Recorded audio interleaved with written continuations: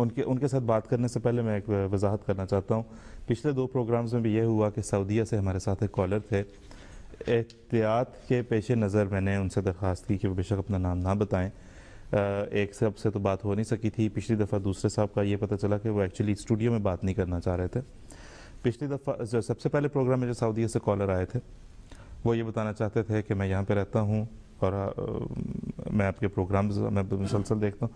خاص طور پہ انہوں نے کہا کہ خطبہ جمعہ حضرت اقدس امیر المومنین اید اللہ تعالیٰ بن نصر العزیز کا باقاعدگی سے سنتا ہوں.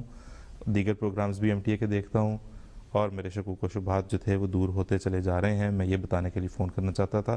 اسٹوڈیو میں بات کرنا مقصود نہیں تھا ان کو.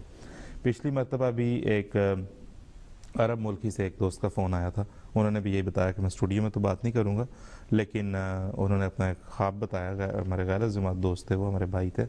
وہ یہ کہہ رہے تھے کہ میں نے خواب میں 2 خواب بتائے. ایک خواب میں انہوں نے دیکھا کہ وہ کسی بلند عمارت پہ کھڑے ہیں اور پھر حضرت مسیح علیہ السلام ان کے قریب آئے اور انہیں بغل کی ان اپنے ساتھ لگایا, اپنے گلے سے لگایا. تو وہ بھی بڑا اپنا جو ہے وہ جذبات اور محسوسات کا اظہار کر رہے تھے اور بتا رہے تھے کہ مجھے اللہ تعالیٰ توفیق دے رہا ہے اس بات کی کہ میں ان شکوک و شبہات کی دھند میں سے نکل کے احمدیت کے اصل اور خوبصورت چہرے کو, جو کہ اسلام کا اصل چہرہ ہے, اسے پہچان رہا ہوں. تو ہم جو سعودی عربیہ سے بات کرنے والوں کو یہ کہتے ہیں کہ احتیاطاً آپ کے اوپر آپشن ہے, آپ کا نام میرے سامنے ہے لیکن میں آپ کا نام لوں گا نہیں, آپ پہ چھوڑوں گا. تو سعودی عربیہ سے جو ہمارے کالر ہیں ان کے ساتھ بات کریں گے. جی جناب, السلام علیکم. وعلیکم السلام جناب. کیسر بات کر رہا ہوں. کون صاحب بات کر رہے ہیں؟ کیسر ہمایوں. جی ٹھیک ہے جناب, جی فرمائیے.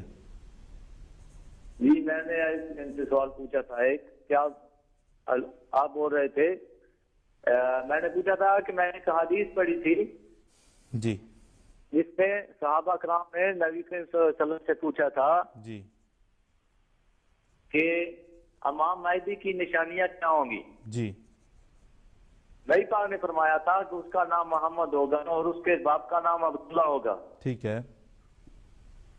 اور اس کی زبان میں تھوڑی وہ پتلی ہوگی, اس کی زبان تھوڑی. اچھا ٹھیک ہے. تو آپ کا اس حوالے سے کو آپ کے پاس ہے کوئی جو آپ تھوڑا بیان کر سکیں؟ جی ٹھیک ہے, ابھی بالکل اس کو بیان کرتے ہیں. پروگرام کا وقت تھوڑا سا رہ گیا, بیان ضرور کریں گے. آپ مجھے صرف یہ بتاتے چلیں کیسر ہمایوں صاحب کہ آج اگر کوئی ایسا شخص جس کا نام محمد ہو, اس کے والد کا نام عبداللہ ہو اور زبان میں لکنت ہو, وہ دعویٰ کرے مسیح موعود امام مہدی ہونے کا, آپ بغیر تحقیق کے اس کو ایکسیپٹ کر لیں گے امام مہدی مسیح موعود ہمایوں صاحب؟ مجھے صرف یہ بتا دیں. نبی پاک کی حدیث ہے تو میں اقرار کروں گا. نبی پاک کی حدیث ہے اور قرآن میں جو ہے میں اس پہ عمل کروں گا. بس یہ آپ سے میں پوچھنا چاہتا. اچھا جی طاہر مجیب صاحب, آپ سے میری درخواست ہے کہ اگر آپ ان کو بتائیں. اور دوسری جو ٹینڈنسی ہے کہ ایسا کوئی شخص اٹھ کے دعویٰ کر لے گا تو میں صرف پہلے میں اسی بات کا ذکر کر دیتا ہوں کہ دیکھیں آج سے کوئی 32 سال پہلے کی بات ہے کہ خانہ کعبہ میں ایک شخص نے یہ دعویٰ کیا. اس کا نام محمد تھا, والد کا نام عبداللہ تھا. خانہ کعبہ میں اس نے دعویٰ کیا کہ میں امام مہدی ہوں.